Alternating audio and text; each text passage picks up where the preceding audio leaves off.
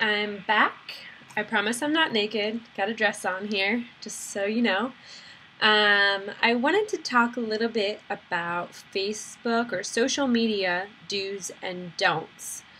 I've learned a lot in the last year about social media and what you should post, not post, how to post it, when to post it, what to post. And a lot of it's trial and error. I mean, I'm still not perfect by any means. It's not like I have 300,000 followers and everybody knows my name.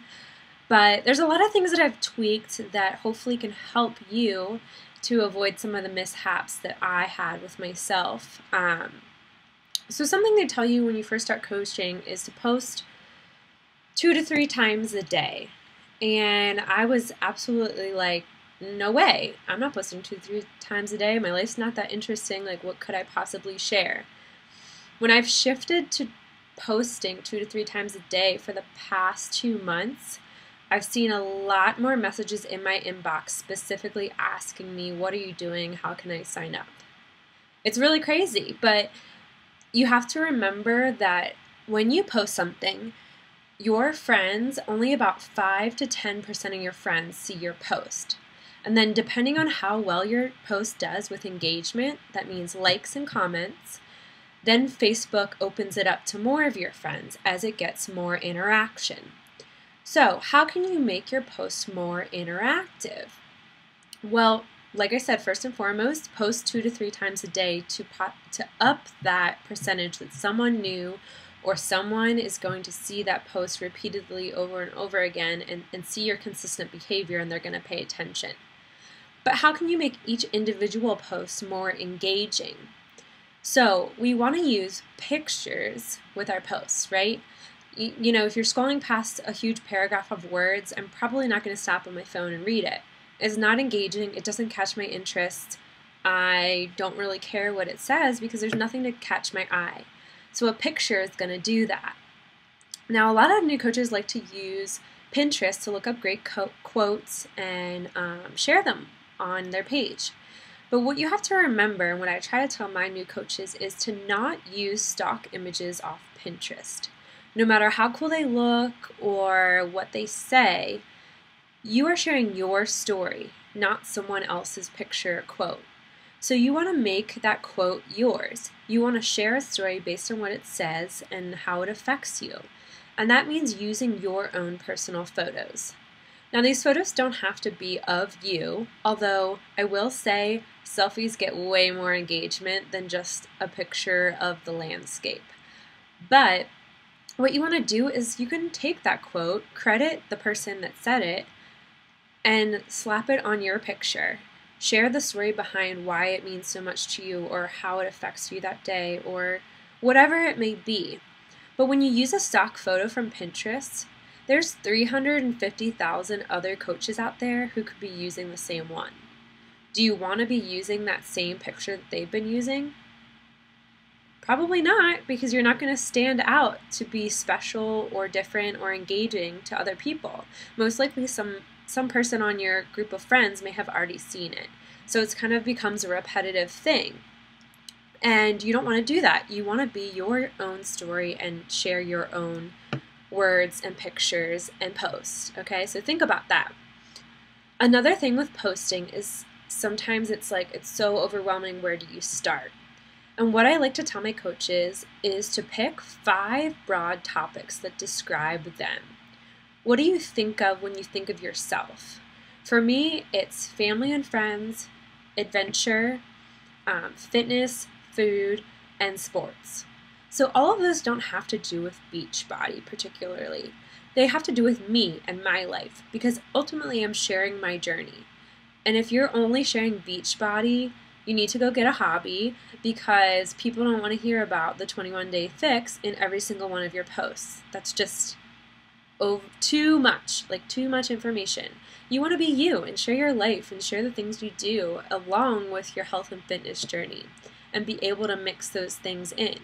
So when you have these 5 topics, you can rotate day by day what you're going to focus on and make your posts around that. And with that said, when you're writing your post, you want to make it about sharing your story and being a collector of stories. So every time you're posting, you want to say a story in some shape or form. Because you know that phrase that they say, facts tell, stories sell? It's the truth. You will get so much more engagement if you tell this great story about how you really struggled with your weight for so many years. You went to the gym for hours a day and nothing was cracking. You tried Weight Watchers. You tried cutting out carbs, all this stuff. Like, build up the momentum. Share your emotions, share your feelings, and get vulnerable. Not every post has to be super long and lengthy and deep, but the more you can share from your personal experience, the more that your friends are going to relate to you because they trust you.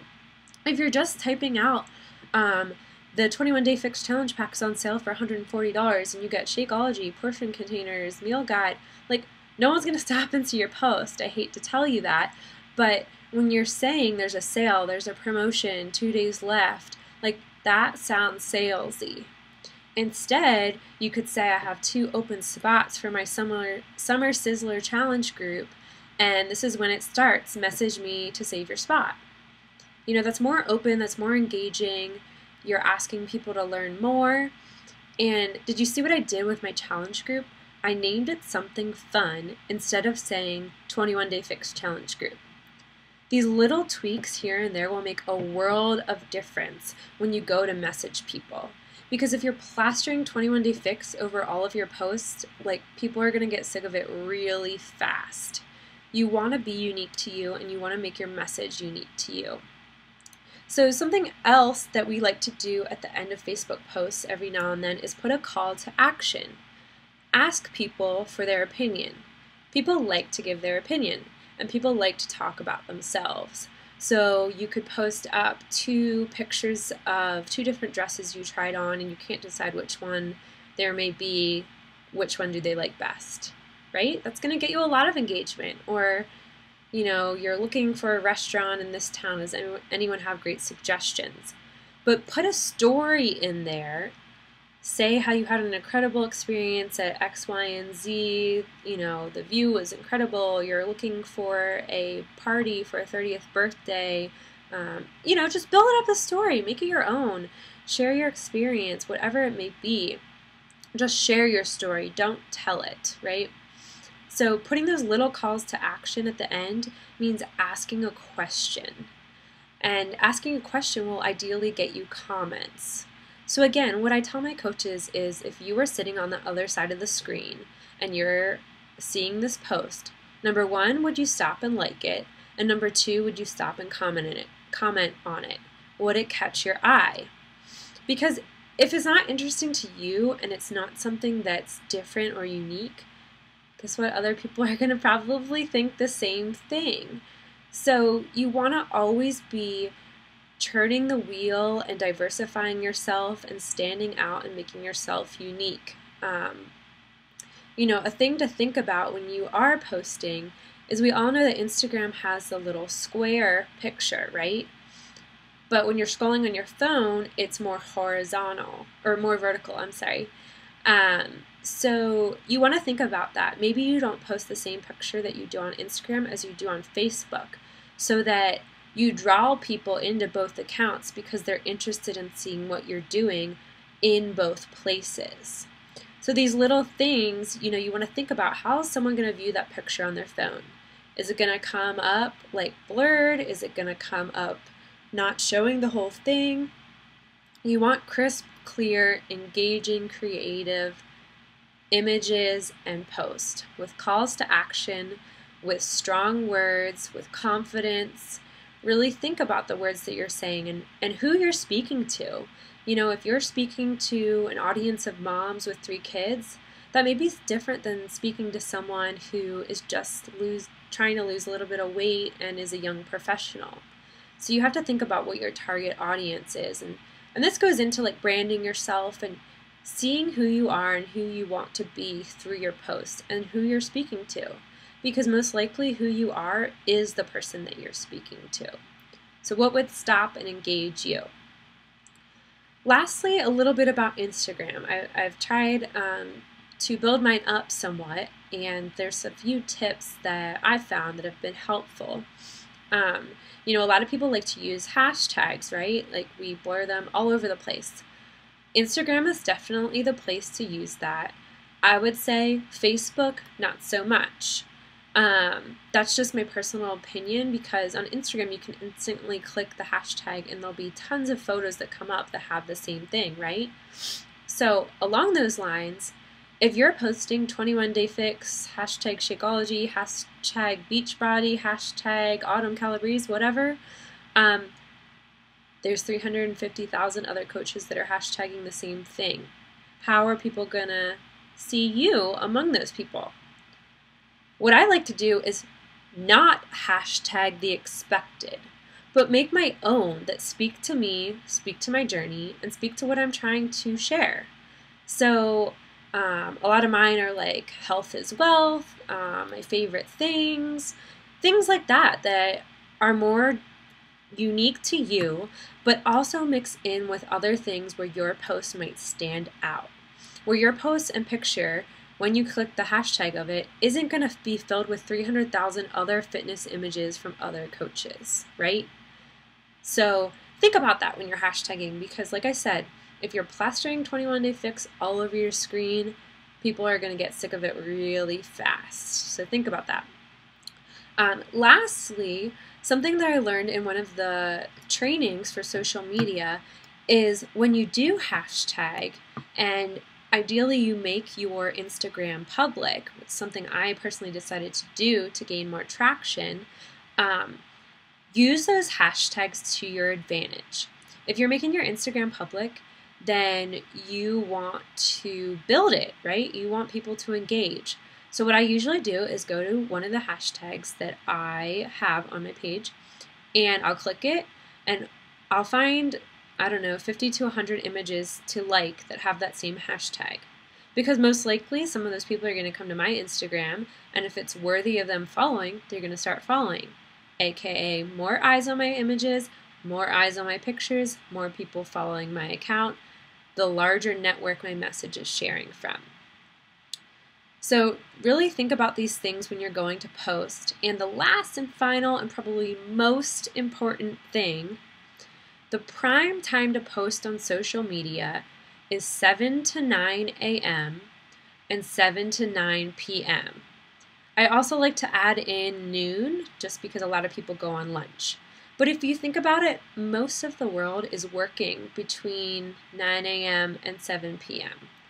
So most likely, ideally, if you're unlike me, you're not on Facebook throughout the day on your phone. You are going to be checking it right when you get up, because we all love to check our phones, and you're going to be checking it when you're watching TV, getting ready to go to sleep. So this is based on this big Facebook algorithm that tracks how many users are on, and these are the prime times that the most eyes are on Facebook. Therefore, you want to post in these times.